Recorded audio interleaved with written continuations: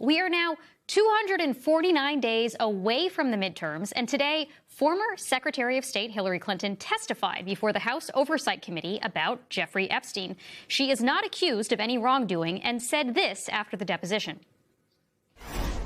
I never met Jeffrey Epstein, never had any connection or communication with him. I knew Ghislaine Maxwell casually as an acquaintance. I don't know how many times I had to say I did not know Jeffrey Epstein. I never went to his island. I never went to his homes. I never went to his offices. So it's on the record numerous times. Her opening statement read in part, "You have compelled me to testify, fully aware that I have no knowledge that would assist your investigation, in order to distract attention from President Trump's actions and to cover them up, despite legitimate calls for answers." What is being held back? Who is being protected? And why the cover-up? The proceedings were briefly disrupted when Congresswoman Lauren Boebert leaked photos of the closed-door hearing to a right-wing influencer, who then posted them online. Clinton asked for the press to be allowed to come in to document the proceedings, given that Republicans had refused her request for a public hearing. She said that the testimony resumed after she was assured that this would not happen again. Her husband, former President Bill Clinton, will appear before the same panel tomorrow, prompting Democrats to call for the current president to be subpoenaed. This committee has now set a new precedent about talking to presidents and former presidents. And we're demanding immediately that we ask President Trump to testify in front of our committee and be deposed in front of oversight Republicans and Democrats. Representative Comer has not responded to that, but he did say he is open to subpoenaing Commerce Secretary Howard Lutnick. According to the files, Lutnick's relationship with Epstein continued after Epstein was convicted of child sex crimes in 2008. And again, appearing in the files is not evidence of a crime. We have to say that. Neither Lutnick, Trump, nor Bill Clinton are facing accusations of wrongdoing in connection with Epstein. With that, let's bring in our lead-off panel, Peter Baker, Chief White House Correspondent for The New York Times, David Drucker, Senior Writer at The Dispatch, and Sabrina Siddiqui, National Politics Reporter for The Wall Street Journal. Thank you all. Peter, I want to start with you. Clinton described the hearing as partisan political theater, and Boebert was not reprimanded for leaking photos of a closed-door hearing. So why not make the whole thing public? Yeah, it's a good question. Look, the Clintons asked repeatedly for it to be done in public. And one reason I think that they wanted to do it in public, especially Hillary Clinton, I'm told by people close to them, is that she wanted to be able to confront them publicly. She wanted to be able to have that moment of confrontation because she remembers, of course, how it worked with the Benghazi hearing all those years ago. And she was, brought up by Republicans, and she basically was, was praised for how she handled it. 11 hours, I think, of testimony. And she felt quite confident that she could bat back their questions and make them look bad. So that's why they wanted to do it in public, I think. And the Republicans, refused to go along. It makes you wonder why they wanted to do it in private and why they asked her, of all the different people out there whose names are in these files. These files are so full of names, Republicans, Democrats, politicians, academics, business people, and so forth. Why Hillary Clinton, of all peoples, to bring her here first, raises so many questions, of course. I mean, I have some hypotheses for the answers to those questions. But Sabrina, I want to turn to you. The New York Times wrote, "For Hillary Clinton, an Epstein deposition is the latest stand by your man moment." I wonder what you make of her ultimately appearing today, since you covered her 2016 campaign.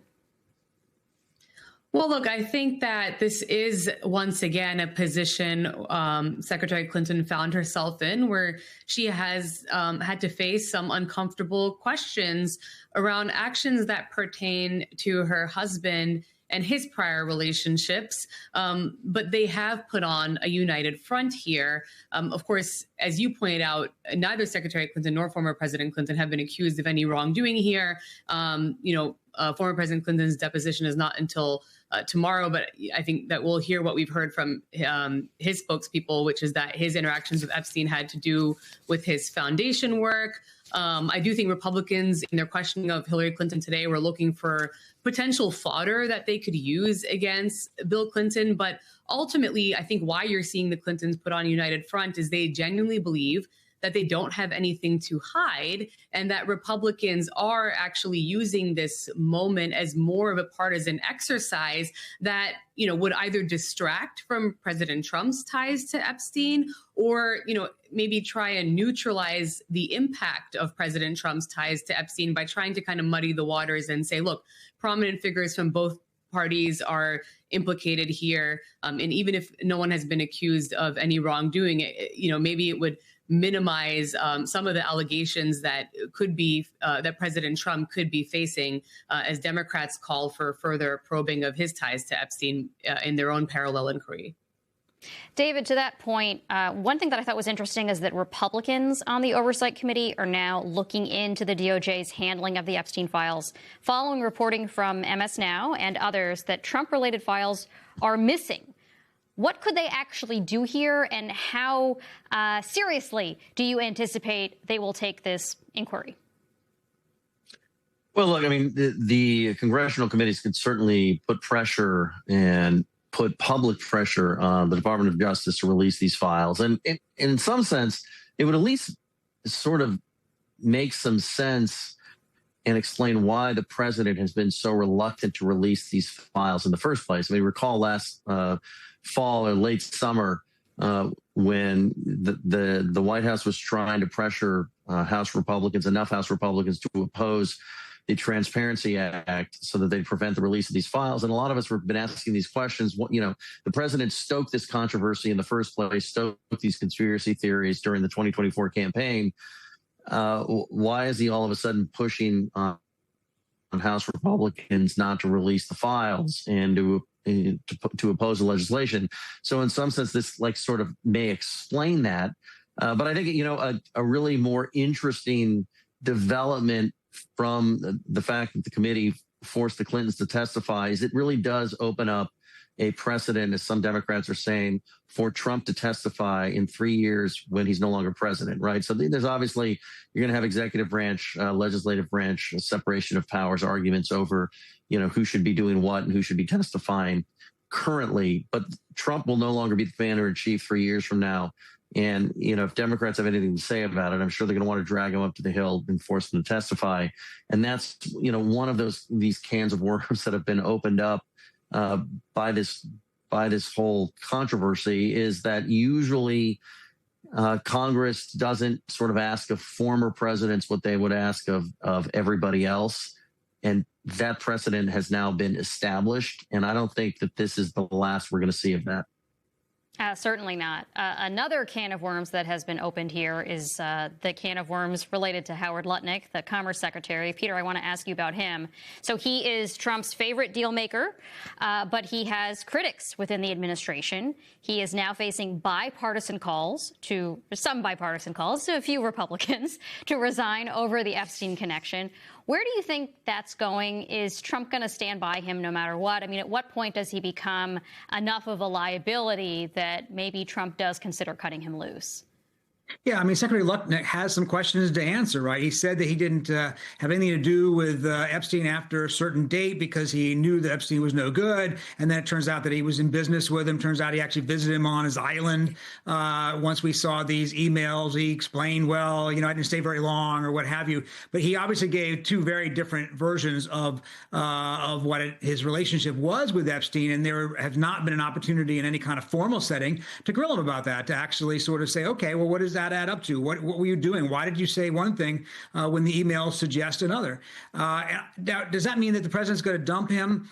Probably not in the near term. He doesn't like at this point to be, throwing people overboard in reaction to the chattering class and in reaction to political pressure at this point. It's not that he's unwilling to fire people, he is, but on his own terms and his own time. And it could be one of these situations where Lutnick hangs around now, but at some point down the road, and it doesn't look like he's being thrown overboard because of Epstein, certainly his position within the administration is weaker than it was. Sabrina, the administration is trying to reset somewhat after the Epstein files. They're laying out what they see as Trump's wins at the State of the Union.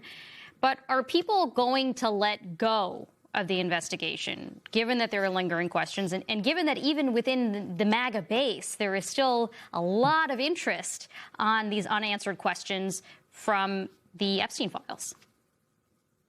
Well, I think that's precisely the point. This is an issue that the Trump administration has been very eager to move on from for some time now. But because, as you point out, it's something that continues to animate the MAGA base, it's that much more complicated for President Trump and his administration to just try and ignore it or minimize it. He had campaigned on releasing the files. He did then, walk back from that promise. And then, of course, there was all this back and forth. And then they relented by, releasing, these files that we're talking about right now. And when you look at the polling, President Trump still has very overwhelming support from Republicans when it comes to his handling of virtually every issue. And on his handling of the Epstein investigation, that's where you see the numbers among Republicans decline. So it is a political problem for him. Now, look, it's not going to impact his overall standing within the Republican Party, but it's a base issue in a midterm election year where they're already feeling very vulnerable. And even if this is not the top issue that's driving voters to the polls, in November, it's certainly something that is very important to his base. And so they don't want to risk, any kind of revolt or just suppressing enthusiasm in a year where they really need their voters to turn up.